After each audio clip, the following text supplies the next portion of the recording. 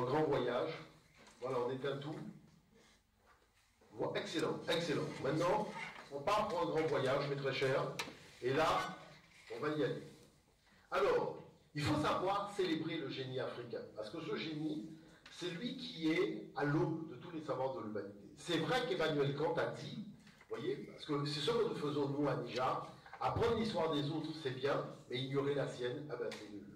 Et donc c'est pour ça que dans les instituts, c'est surtout notre histoire qu'on apprend. Une histoire décolonisée. Alors c'est vrai que quand Kant a dit les nègres d'Afrique ont reçu de la nature, on trouve un sentiment qui ne s'élève au-dessus de la niaiserie. Les Noirs sont si bavards qu'il faut les dispenser à coups de bâton. C'est vrai que Victor Hugo a dit, mais quelle terre de cette Afrique, l'Asie a son histoire, l'Australie elle-même a son histoire, qui date du commencement à la mémoire humaine, l'Afrique n'a pas d'histoire. Vous voyez? Donc, voilà les sentences.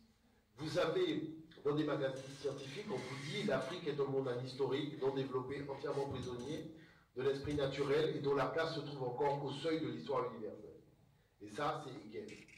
Vous voyez, le magazine scientifique commence en disant « Cette opinion, celle du philosophe Hegel, en 1822, semble étrange aujourd'hui. Elle traduit cependant un préjugé occidental tenace. Les Africains n'auraient rien inventé et stagneraient depuis toujours au même stade de développement. » Et qui est-ce qui dit ça? Vous voyez, c'est Eric Wiesekom, qui est de l'université belge et qui s'occupe justement du département archéologie et sciences là-bas. Et donc il fait des fouilles en Afrique. Quand vous voyez les documentaires à la télévision, il faut savoir qu'il y a eu un règlement de compte qui s'est produit au niveau des spécialistes comme Yves Coppens qui sont mandatés pour faire ça. C'est-à-dire que Pascal Pic a volé dans les plumes de Coppens en lui disant que l'Odyssée de l'espèce a complètement déliré. Il a dit tu as fait du grand n'importe quoi. Parce que Coppens n'a pas contrôlé les choses suffisamment. Or, voici exactement ce qu'il ne faut pas faire.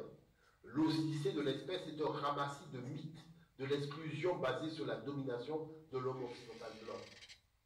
Parce que l'homme moderne est né en Afrique. Mais quand on monte l'Afrique, on monte des hommes mi-hommes, mi-singes, mais dès qu'on arrive en Europe, ce sont des hommes modernes.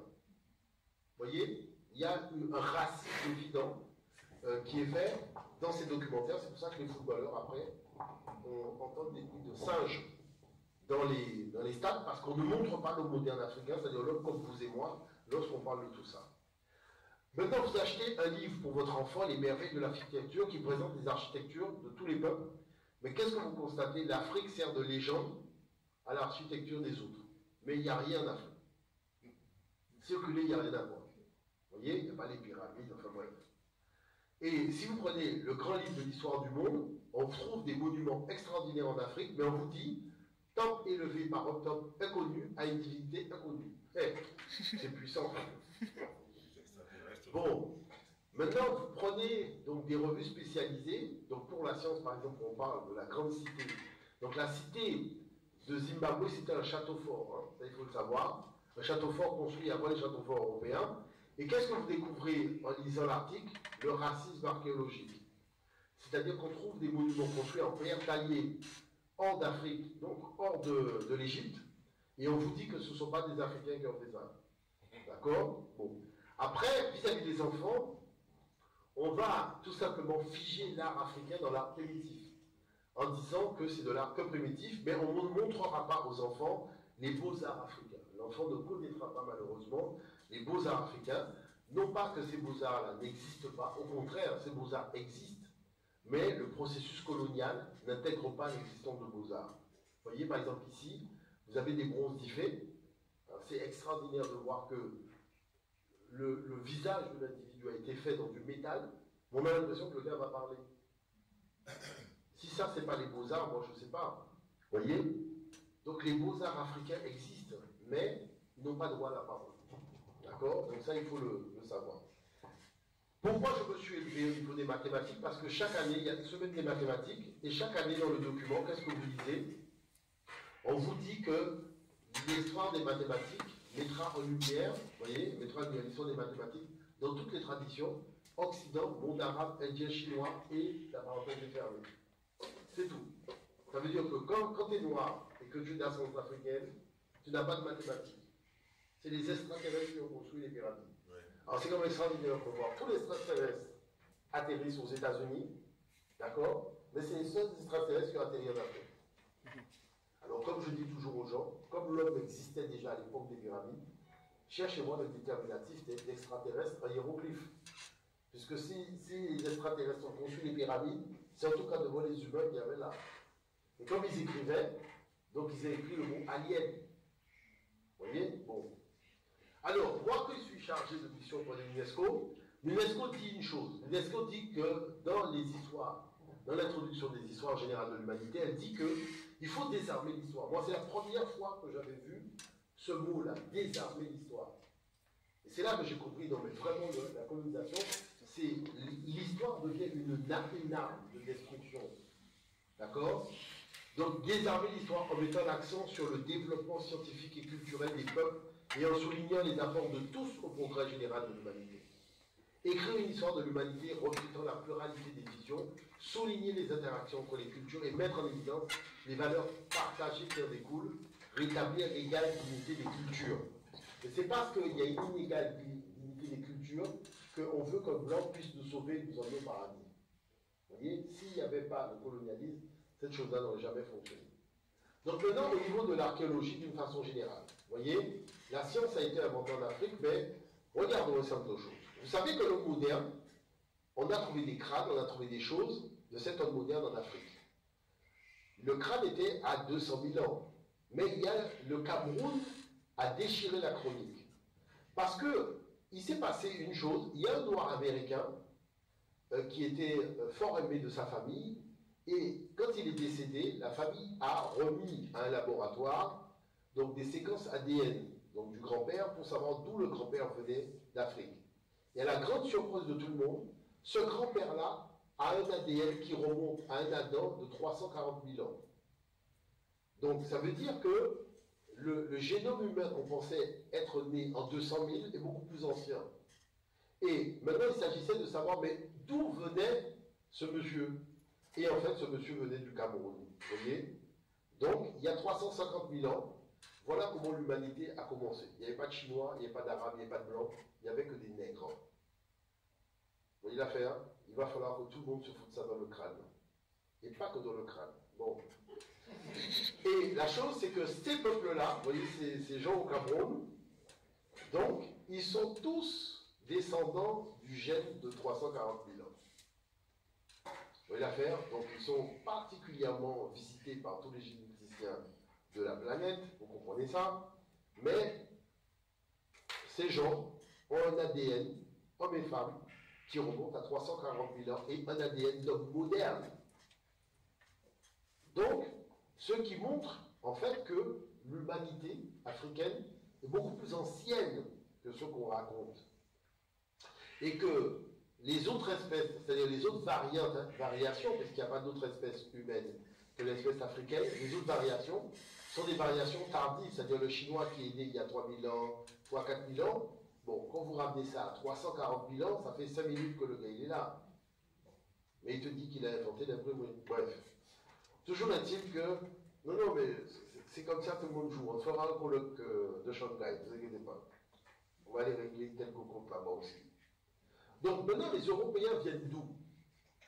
Voilà la grande question. Donc, les Européens viennent d'où? En fait, il y a eu une étude qui a été faite donc, par 3 laboratoires qui ont séquencé leur ADN, d'accord, de tous les Européens. Donc, vous voyez, les origines multiples des Européens, la population européenne serait issue de 3 lignées ancestrales principales, d'après une nouvelle étude basée sur des analyses génétiques d'ossements anciens. Donc, 3 grandes lignées.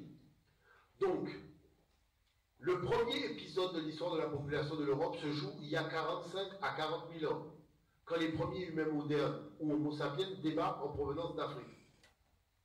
Bon, donc ce sont des Africains. Hein? La population de l'Europe, c'est-à-dire, elle est constituée d'Africains.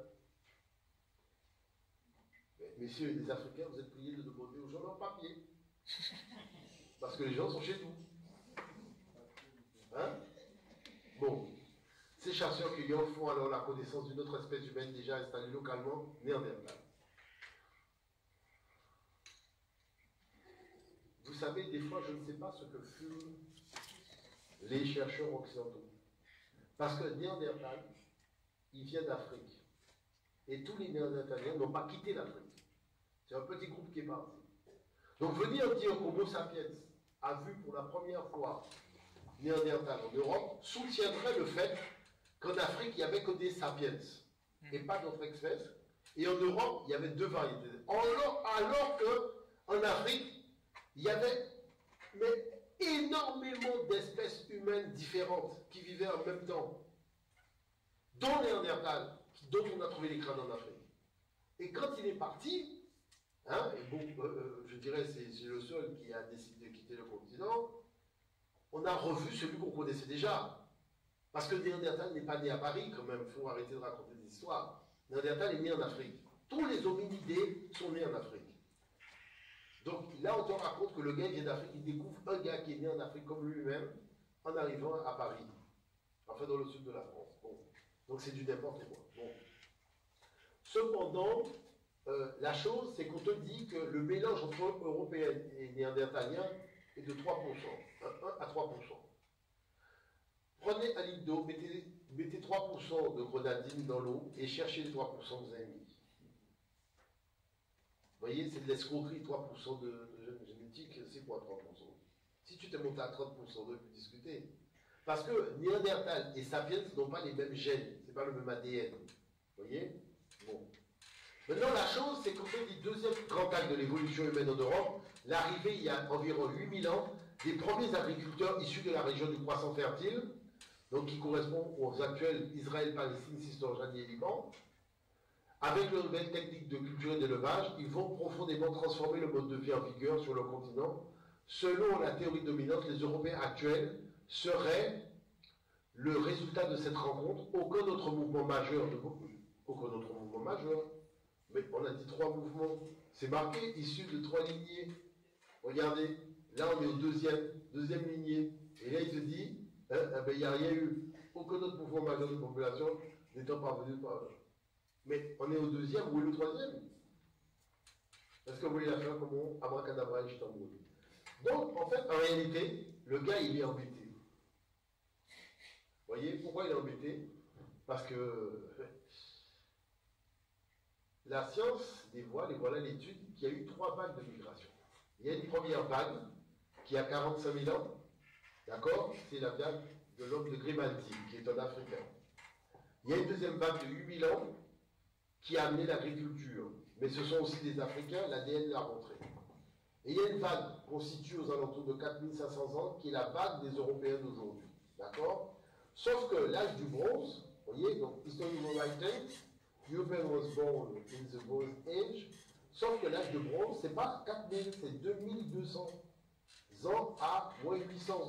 Donc de moins 2200 ans à moins 800 ans. Et regardez une chose, les chercheurs vous disent que c'est là où nous commençons. Nous voyons qu'une grande partie de la génétique de l'Européen moderne a commencé ici. Donc ça veut dire que c'est en 2200 qu'apparaissent les Européens. Pour la première fois dans l'histoire. D'accord? Mais qu'est-ce qu'on vous dit? Regardez bien. On vous dit les auteurs ont également recherché les variants génétiques assujettis à la sélection naturelle. Naturellement, ainsi le variant RS machin associé à la couleur de peau montre que l'allèle dérivée correspondant à la peau claire s'est généralisée pendant le néolithique. Donc c'est-à-dire à partir de l'arrivée de cette vague-là, les individus avaient tous la peau foncée au mésolithique. Est-ce que vous vous rendez compte de quoi il s'agit? Les individus avaient tous la peau foncée au mésolithique. C'est une trace importante liée à une étude ADN. Alors, la chose, c'est de pouvoir comprendre en fait de quoi il s'agit dans cette affaire. Voilà, vous allez comprendre tout de suite.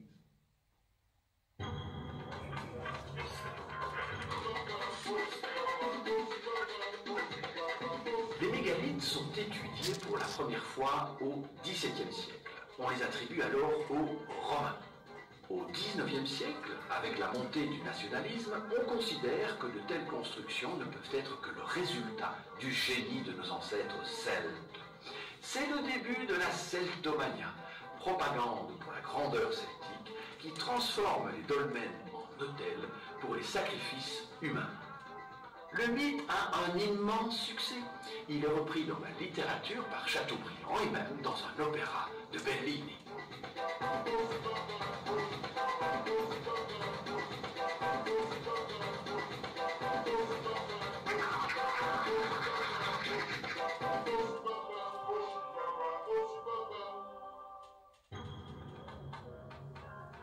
Les dolmens et les menhirs sont des œuvres de la préhistoire. Ce sont de véritables monuments qui peuvent peser plus de 15 tonnes.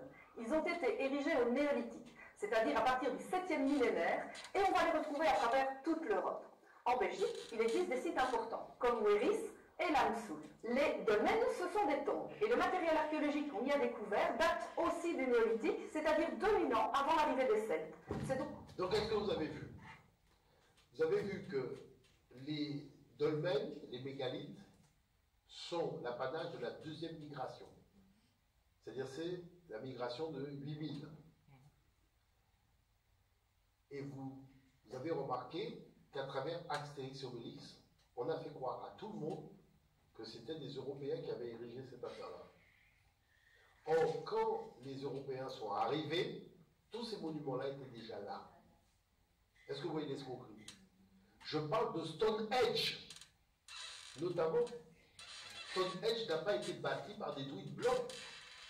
Ce sont des Africains, puisque vous avez vu le test ADN a montré qu'au Mésopotamie, tous les individus avaient la peau foncée.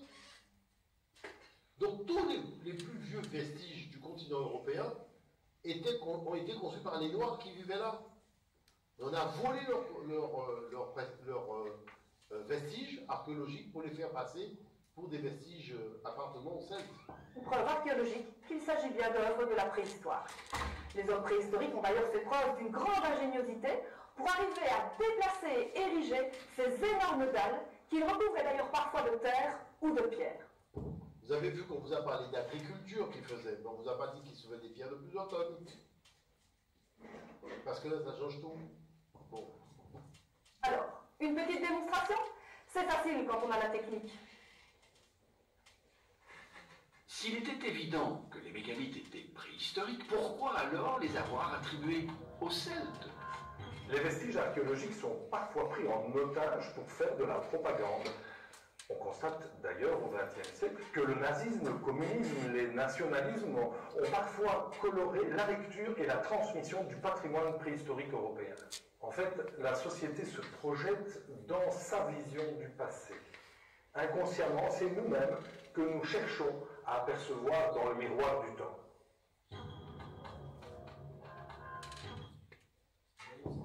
Donc en fait, tout ça pour dire que tout ce qu'on nous a raconté, c'était faux. Tout ce qu'on a appris à l'école, c'était faux. Alors, la chose, c'est d'où viennent les Européens. En fait, les Européens viennent d'ici, ce qu'on appelle le lac Baïkal. Avant, c'était le nord de la Mongolie parce que ce sont des Mongols. D'accord? Mais ça a été annexé après par les Russes. Et là, à cause de la glaciation au nord, ils ont commencé à descendre. Donc descendre au niveau de Mohenjo-Daro et Harappa, où il y avait des sédentaires dravidiens noirs qui étaient là, donc cette civilisation malheureusement a été détruite. Et ensuite, ils sont remontés jusqu'à l'Égypte et par la Turquie, ils sont rentrés en Europe. Donc voilà comment on a donc les indications. Vous voyez qu'on a trouvé des vestiges humains au lac Baïkal qui montrent bien que, notamment donc, le plus vieux crâne en Europe, qui montre bien que c'est là que la chose s'est jouée. Quand ils ont fait la reconstitution de ce crâne, ça donnait un Africain. D'accord? Donc ça, c'est important de le souligner. Maintenant, comment ils se représentent à l'aube? Bon, déjà agressifs, ça c'est pas un scoop. Mais surtout, on voit leur migration à travers l'Europe dès qu'ils rentrent. Donc par la Turquie, ils commencent à grimper. Donc on suit à travers le temps leur migration et on va les démarquer par rapport aux autres tombes. Maintenant, ce qui s'est passé, c'est qu'en Europe, il y avait des Noirs qui vivaient là déjà.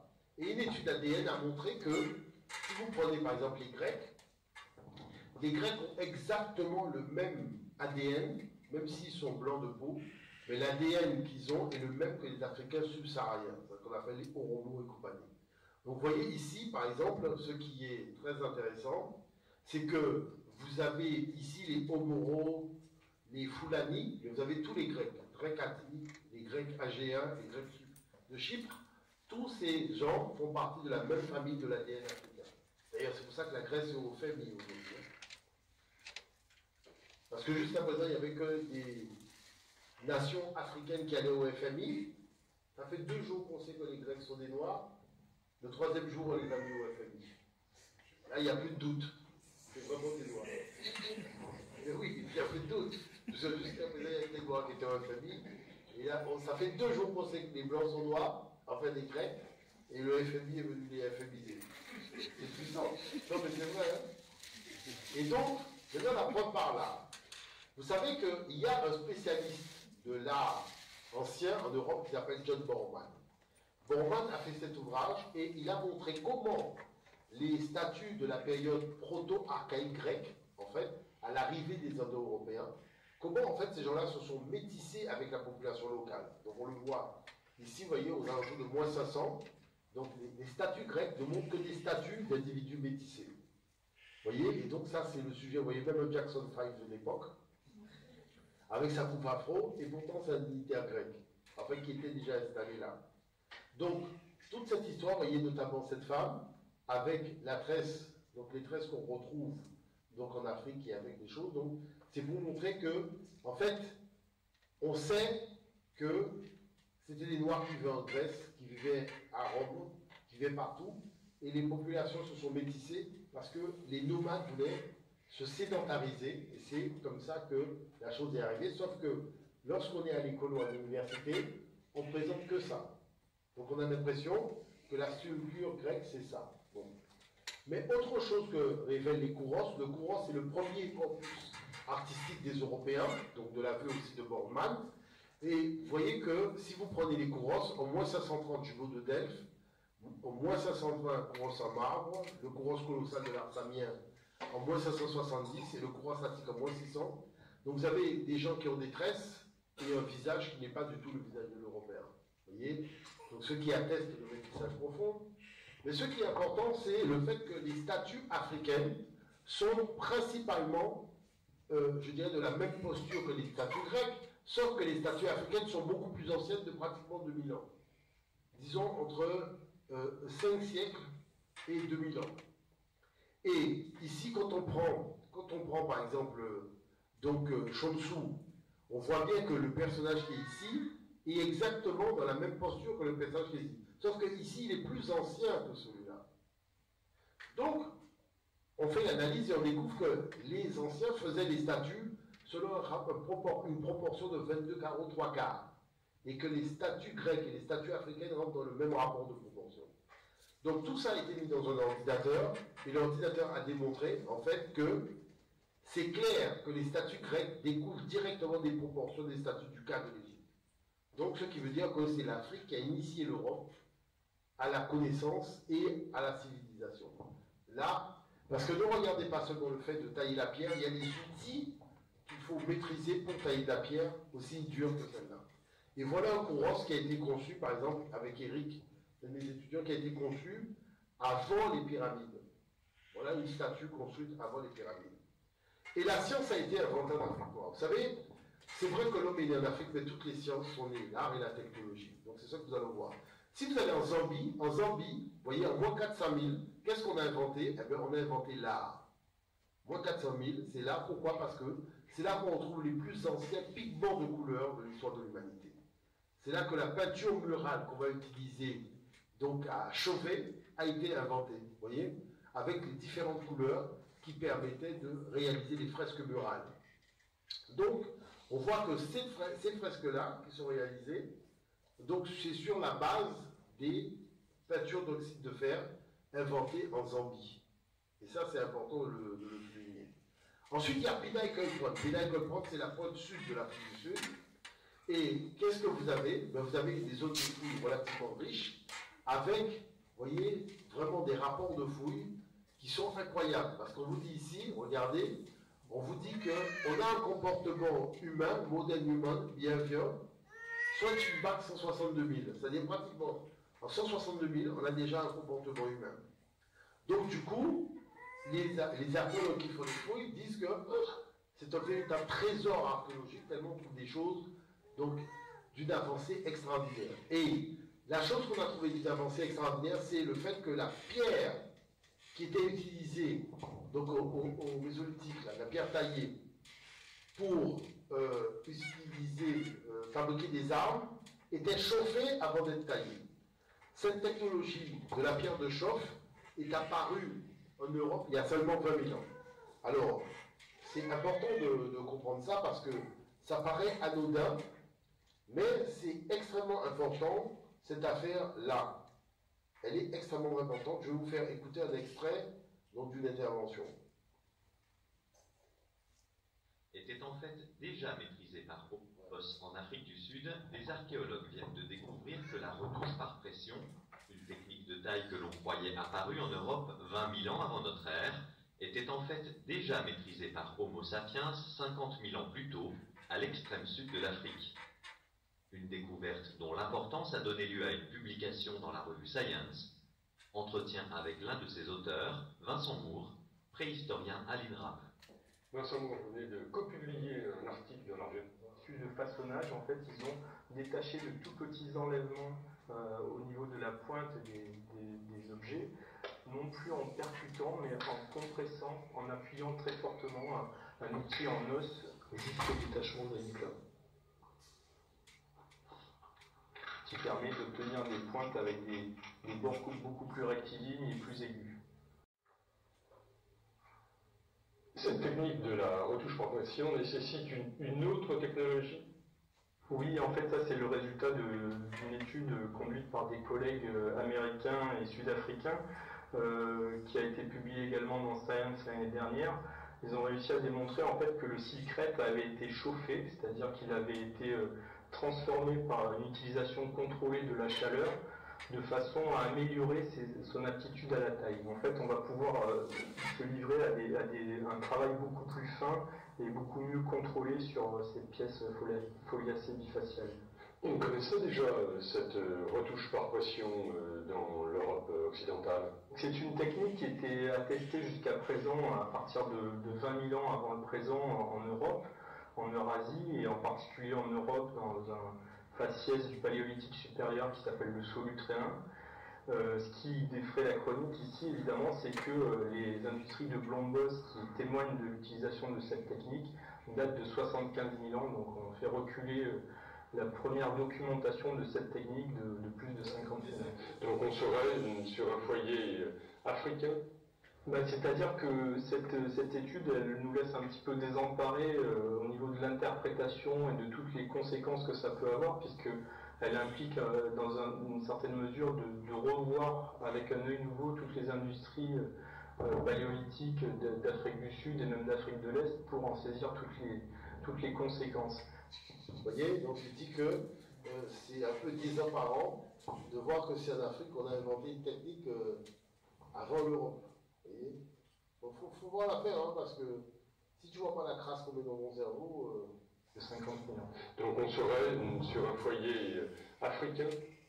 C'est-à-dire que cette étude, elle nous laisse un petit peu désemparés au niveau de l'interprétation et de toutes les conséquences que ça peut avoir, puisqu'elle implique dans une certaine mesure de revoir avec un œil nouveau toutes les industries paléolithiques d'Afrique du Sud et même. Là, vous avez une idée de l'affaire, donc vous comprenez à quelle sauce tout cela se nourrit. Alors, la chose, c'est que voilà les pierres taillées qu'on obtient, donc c'est extraordinaire. Et chose particulière, le site de Siboudou, vous voyez 80 000 en Afrique du Sud, toujours Siboudou Cave.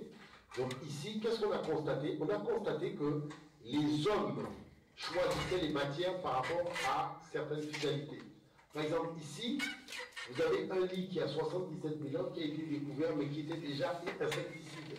C'est-à-dire que le lit éloigne les acariens et il éloigne les moustiques. Pourquoi? Parce qu'ils ont choisi de la fibre végétale qui a ces propriétés-là. Donc au lieu d'aller acheter des produits chimiques pour éloigner les acariens ou éloigner les moustiques, eh bien, ils confectionnaient directement dans une fibre qui avait déjà ce côté répulsif des objets, donc notamment ici un matelas, et qui fait que quand ils dormaient dessus, ils n'étaient pas embêtés.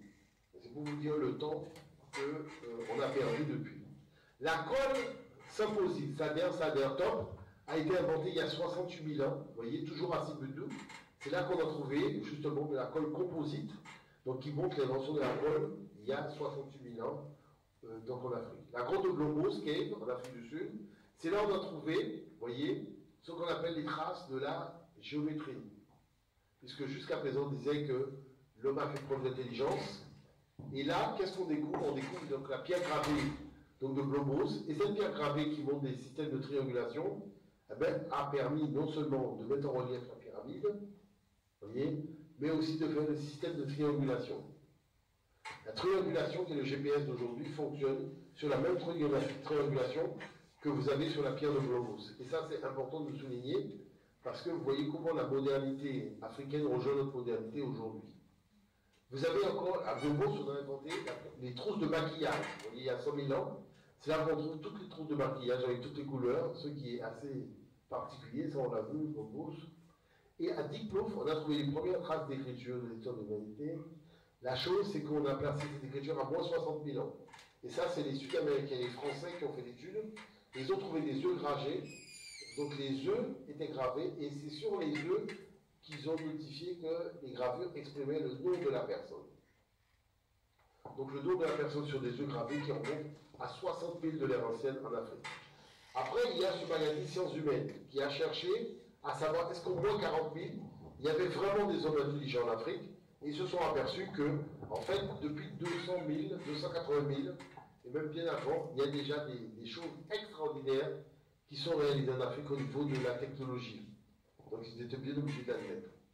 Et vous voyez ici, quand on parle des origines de la créativité, les origines de la créativité, on voit tout de suite en Afrique, parce que c'est là où tout est apparu. Comme par exemple ici, la mode, il y a 72 000 ans, la mode est apparue à Blombos.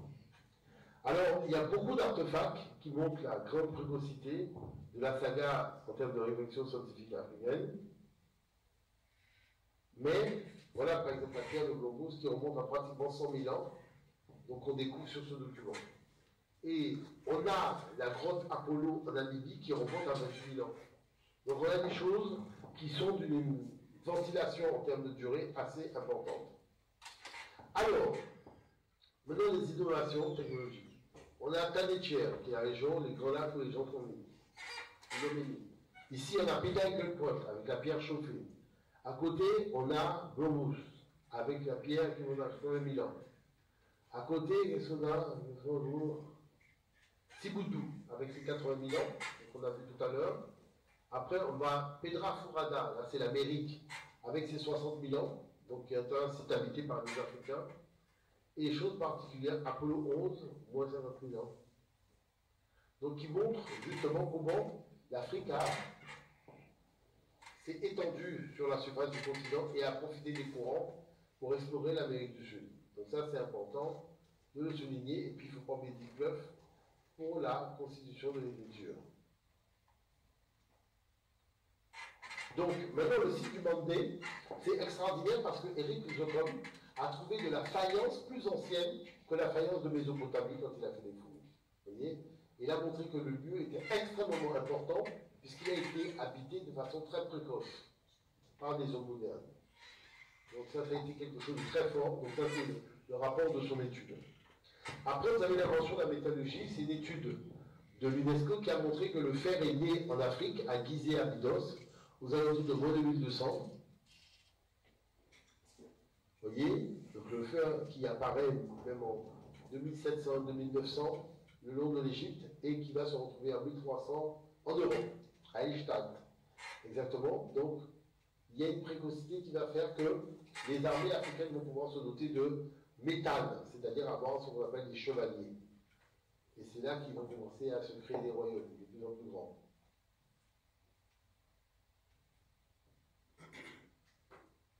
Donc, maintenant, on a les chevaliers de Sujata, habillés avec des armures, parce que, il ne faut pas oublier que l'Afrique avait ses propres armures aussi.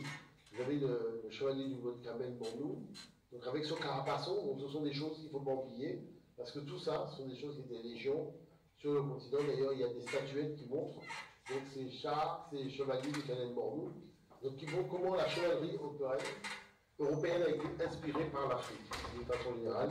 Et puis les chevaliers sont là encore aujourd'hui avec les enfants, qui montre donc aux jeunes générations ce que c'était que la vie des anciens. Avec naturellement les carapassons et les habits de chevaliers d'époque, donc qui permettaient aux gens tout simplement de se mettre en beauté. Et naturellement la grande cape rouge que vous avez était couverte d'or. Où est passé l'or? Bon, ça on sait déjà. Alors, au niveau de l'Afrique, berceau de la civilisation, berceau des humains, les Sumériens, c'est, quand on vous dit le Wakramera des histoires, comment ça se Sumer, il faut que vous sachiez que vous prenez n'importe quel dictionnaire, vous verrez qu'on vous dit que c'est un pays qui n'existe pas. Sumer n'existe pas. Vous voyez? On dit qu'ils nommaient leur pays Babylone, quand les gens rappellent le pays Sumer. Et dans Wikipédia, regardez ce qu'on vous met, à propos du livre écrit par ce monsieur, on réside un puzzle, on vous met, on ne sait pas d'où viennent les Sumériens, la langue sumérienne n'appartient ni au celui des langues indo-européennes. Donc, la langue sumérienne n'appartient pas aux langues sémitiques et n'appartient pas aux langues indo-européennes. Il reste que les langues africaines. Vous voyez? Et qu'est-ce qui se passe? On voit que les Sumériens, en fait, ce sont tout simplement les Élamites, c'est-à-dire une population noire qui vivait sur place. Avant, on les appelait les Élamites, aujourd'hui, on les appelle les Sumériens. Donc, ce qui est assez surprenant de voir qu'il y a un changement de nom comme ça pour des raisons stratégiques. Alors, les anciens disaient que, comme Jean-Pierre Bertrand, qu'au début, il n'y avait pas de science en Europe. Vous voyez, au début du 5e siècle, la pensée astronomique en Grèce ne repose pas sur une notion d'expérience et d'observation. Donc il dit que les Grecs ont finalement utilisé des observations, et des techniques et des instruments que d'autres avaient mis au point. Alors, ces autres qui avaient mis au point, bon, vous comprenez, ces Africains, le comte de Volney dit « Cette race d'hommes noirs, aujourd'hui notre esclave est l'objet de nos mépris, et c'est la même à qui nous devons nos arts et nos sciences, jusqu'à l'usage de la parole. » Donc c'est pour vous dire à quel niveau est située la transmission du savoir entre l'Afrique et l'Europe dans l'ancien temps. Vous voyez? Et Titan Chelcher même dira que l'Europe, bientôt les Éthiopiens, ils ont fondé des thèmes, partout ils s'élevaient, ils s'occupaient d'astronomie avec ardeur, ils ont élevé de nombreux monuments, réformé les caractères hiéroglyphiques et inventé l'alphabet syllabique. C'était le peuple le plus industrieux de l'univers. C'est eux qui fondèrent les premières écoles de sciences. Et les premières écoles de sciences de la ville de Victor Schœlcher viennent d'Afrique. Et donc, Jean-François Champollion dit les arts ont commencé en Grèce par l'utilisation servile des arts de l'Égypte. Et c'est pour ça que la plupart des monuments européens, en fait, sont des monuments africains. Donc voilà un dessin fait par Jean-François Champollion qui montre les Européens en 1500, à l'époque où ils n'étaient pas encore civilisés. Après, tout s'est accéléré, mais à cette époque-là, ils ne l'étaient pas encore. Donc, l'aveu des témoins oculaires, c'est-à-dire, voilà deux avis. Le premier qui est celui d'Hérodote, des Égyptiens, la peau noire et les cheveux crépus, d'accord? Et Aristote qui dit ceux qui sont excessivement noirs, ceci s'applique aux Égyptiens et aux Éthiopiens. Vous voyez que dans la même phrase, il a cité Égyptiens et Éthiopiens pour bien montrer qu'il s'agit de deux peuples noirs. Donc ça, c'est important. La falsification, c'est lorsque vous allez dans un tombeau et que vous regardez et on vous fait une version totalement décorée du Coran, du tombeau, pour vous faire croire que les Égyptiens et anciens que vous avez ici, qui étaient là et qui sont venus ici, sont tombés dans du javel. On les a javelisés. Parce que pour devenir blanc comme ils sont devenus blancs là, il fallait quand même une bonne dose de javel.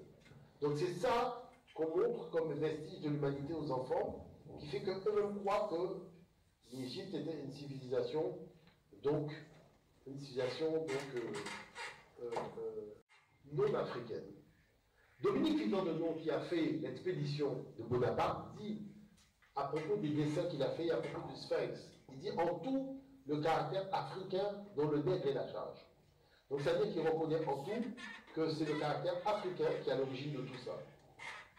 Et voilà une photo que j'ai faite dans le tombeau de Ramsès III. Vous voyez les Égyptiens anciens représentés par eux-mêmes. Donc ils sont pratiquement foncés de peau.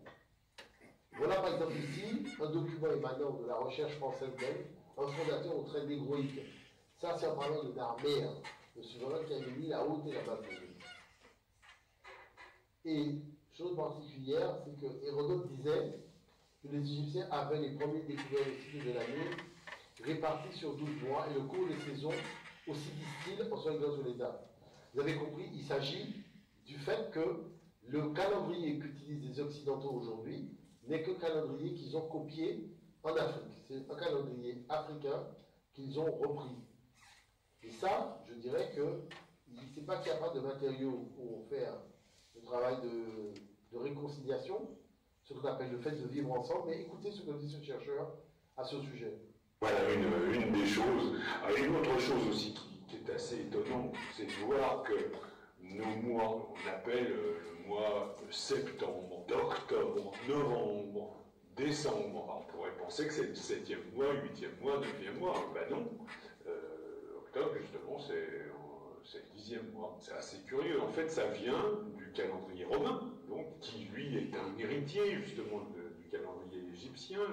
Donc Jules César a eu la bonne idée d'aller à Alexandrie et de copier finalement le calendrier égyptien. Est-ce que vous voyez comment c'est difficile d'avouer que quelque chose vient d'Afrique? Je vous montre des séquences. C'est pourquoi vous voyez vous-même que l'Européen, c'est un mythomane, c'est-à-dire qu'il a inventé un récit de l'histoire de l'humanité. Il l'a tellement répété qu'il a fini par croire en son récit, il est devenu mytho. Mais quand il faut passer de l'univers des X-Men à la réalité, il reste au cinéma. Le gars ne sort pas dehors pour dire non, il reste au cinéma et te soutient mordicus que oui, aux États-Unis, il y a les X-Men. D'accord? C'est ça le machin. Vous avez vu que dans le dernier X-Men, il y a une femme qui a dit en fait, il n'y a que les femmes qui font de son boulot, ce que ça devrait s'appeler. Hein? Les X-Romaines. Bon, bref. Donc, toujours est-il que vous voyez que lui-même reconnaît que le calendrier que nous utilisons tous aujourd'hui en Occident vient du continent africain. D'accord? Donc, c'est pour vous montrer comment les choses sont là, mais elles ne sont pas dites. Maintenant, comme Strabo avoue que si le monde est en droit de savoir, en référence aux Africains de l'Antiquité, aujourd'hui, combien de fractions de jours il faut ajouter aux 360 jours pour avoir une année complète? Les Grecs ont ignoré la durée vraie de l'année et bien des faits de même nature jusqu'à ce que des traductions en langue grecque des mémoires des prêtres égyptiens, ça s'appelle le plagiat, aient répandu ces notions parmi les astronomes modernes. C'est le même plagiat qui a logique du fait que notre Père qu'est Jésus, alors que c'est une prière égyptienne, c'est devenu un truc chrétien. Vous voyez? Et tous les chrétiens ont récupéré ça. Et ils ont chrétienisé toute l'humanité. Bon.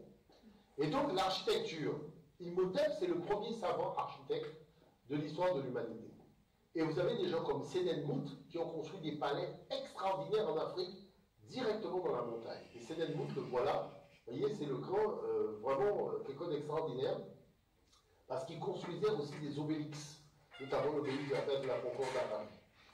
Et chose particulière, c'était donc le haut fonctionnaire de la reine Hatshepsut.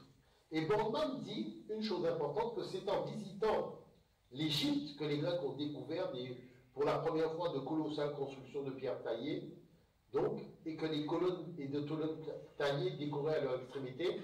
Chez eux, les Grecs utilisaient la brique de terre, le bois, et réalisaient de pittoresques constructions en maçonnerie. Ça, c'est Borgman. Voilà, ici, regardez ici. Ça, c'est en Afrique. Voilà des colonnes réalisées en Afrique, aux alentours donc, du 3e millénaire. Et voilà les mêmes colonnes en Grèce. C'est pas puissant, ça? Et le gars va te dire, oui, Phidias a fait le nom en respectant le nombre phi. Mais Phidias connaissait même le nombre phi. D'ailleurs, ça, c'est une blague encore. Il n'y a aucun nombre phi fait dans le Parthénon. Ça, j'attends que quelqu'un m'embête pour monter au ce dossier-là. Mais oui, donc vous voyez que vous avez... Mais regardez ça parce que vous passez au Canada, aux États-Unis, vous avez les mêmes colonnes. Quand Obama a prêté serment, c'est sur les mêmes colonnes qu'il a prêté serment. C'est pour ça que beaucoup de chercheurs européens disent que tout ça, ce sont des monuments africains en Europe. C'est-à-dire la Madeleine, les Capitoles aux États-Unis, tout ça là, ce sont des monuments africains. D'ailleurs, Stonehenge même, c'est un monument africain. Oui, je sais, vous allez me dire, qu'est-ce qu'il y a comme monument européen? HLM. Non, mais je réponds à votre question, je dis HLM, oui, ça c'est un monument européen. On ne mettait pas les gens les uns sur les autres. Oui, madame, vous avez une question? Je vous montre une photo des colonnes d'aujourd'hui. Attendez, moi j'ai fait les photos, hein, madame. Il faut voyager. Donc voilà les colonnes, elles sont là, c'est à Saqqara, vous voyez. En fait, des colonnes, il y en a un paquet. Hein. Et vous voyez, elles ont été reprises, et c'est pour ça que Boardman joue, donc ajoute, pardon, c'est ainsi que naquit en Grèce la colonne dorique, qui a pour origine directe et immédiate la colonne égyptienne. Avec âne et chapiteau, la moulure en creux dans l'ouvrage architectural vient directement d'Égypte, de Grèce, et fut portée à son apogée dans les constructions à Athènes. Donc, il y a un copyright exigé lorsqu'on construit ce genre de bâtiment. Bon. Donc, voilà une photo qui vous montre, donc lorsqu'on est à Athènes, et qu'on a une vue latérale, et voilà une photo lorsqu'on est en Afrique, qu'on a une vue latérale. Pour vous montrer qu'en fait, c'est les mêmes bâtiments, en fait. Bon. Sauf qu'il y a une chose qu'il ne faut pas oublier, c'est que Hérodote dit que, à propos de la ville grecque de Nados, que le temple d'Athéna qui s'y trouve fut fondé par les filles de Danaos, lorsqu'elles y abordèrent, donc en fuyant les fils d'Égyptos. Donc le temple d'Athéna, comme vous voyez, c'est-à-dire la première fois qu'il y a eu un temple en Europe, ce temple a été construit par des femmes qui venaient d'Égypte. Et les Danaïdes sont toujours décrites comme noires dans les documents des Grecs, notamment Échille. Allez voir Échille, vous voyez qu'ils décrivent les Danaïdes comme noirs. Maintenant, Hésiode, vous voyez, Hésiode lui donne l'impression d'avoir faim. Donc, Hésiode, vous voyez, dit que le pharaon Amasis, regardez ça, hein, 26e dynastie saïdite, moins 500, 70 à moins 26, a offert, dit Hérodote, 2 grandes statues de pierre et une cuirasse de lin au temple d'Athéna, à l'Indos, parce que principalement il avait été édifié par les filles de Danaos qui venaient d'Égypte. Et regardez ce que Hésiode ajoute. Donc il est né à Ascra, donc en Boétie. Danaos et ses filles sont encore à l'origine de la création des puits dans la ville d'Argos. Est-ce que vous savez ce que ça veut dire que lorsqu'ils sont à l'origine de la création des puits? D'accord? Ça veut dire que si les Européens viennent aujourd'hui, parce que j'ai fait le congrès mondial d'ATD Carbone, puisqu'il paraît qu'on est le carbone. En tout cas, c'est le carbone qui a fait que les gens ne crevaient pas de soif à Athènes. Et que lorsqu'aujourd'hui, le gars vient avec une technologie soi-disant machin, permettant de trouver de l'or, de trouver de l'eau, ça se comprend? Puisque trouver de l'eau, ça n'intéresse plus personne. Les Africains peuvent crever, machin. Mais trouver du diamant, oui. Donc quand il vient avec ces petits appareils pour trouver tout ça, vous voyez, il ne faut pas oublier que l'Afrique a fait de l'aide humanitaire. C'était le thème de ma conférence. Quand l'Afrique faisait de l'aide humanitaire aux Européens. Parce qu'avant, c'était des bonnes people qui sortaient d'Athènes et qui venaient en Afrique. Il ne faut pas oublier ça. Et nous, on ne les accueillait pas à coups de pied au cul. Hein. Et on ne vendait personne. D'accord? Il ne faut pas oublier ça. N'oubliez jamais que l'aide humanitaire a commencé par l'Afrique qui aidait les Européens. Et on a des pièces de monnaie où il y a des Africains représentés sur la pièce de monnaie des grandes villes, des grandes cités. Et que tout le monde était reconnaissant et beaucoup de rois africains ont été souverains de villes en Europe. D'accord? Souverains de villes en Europe parce que c'est grâce à eux que les gens avaient à boire et manger. On a envoyé du blé par bateau. Tout ça est dans l'histoire, hein. Je leur ai montré tout ça. Hein. Les Européens même racontent l'époque où nous, les Africains, on envoyait du blé par bateau pour ne pas qu'ils meurent de faim. Et c'était pas coté à la bourse de Ouagadougou. Hein. Bon. Parce que tout ça aujourd'hui, c'est du business aujourd'hui. Bon. Maintenant, quand on prend les châteaux forts, on fait croire que les châteaux forts viennent du monde européen. En fait, si vous descendez au Soudan, à Bouenne, vous allez trouver un truc qui dépasse l'étonnement. c'est-à-dire le premier château fort de l'histoire de l'humanité, avec les remparts, les meurtrières, tout ça, vous voyez. Et le château fort est toujours là. Voilà ce château fort de Bouenne, avec le fleuve Nil derrière, donc c'est l'eau du Nil rentre dans les douves. Et avant, vous voyez, c'était en Afrique qu'il y avait ce genre de choses. Il n'y avait qu'en Afrique où il y avait des attaques de châteaux forts. Puisque depuis, vous avez toutes sortes de films, hein, notamment la dernière série là, Game of Thrones, d'accord, où on fait croire aux gens que tout ça c'est l'Europe. Non, en fait c'était l'Afrique. Et comme me disaient les professeurs à la Sorbonne, mais vous êtes sûr que c'est en Afrique? Voilà le château fort aujourd'hui. Vous voyez, ça c'est une photo du château fort et des douves du château fort. Vous avez reconnu, c'est exactement le château fort de Saint-Germain-en-Laye à Paris.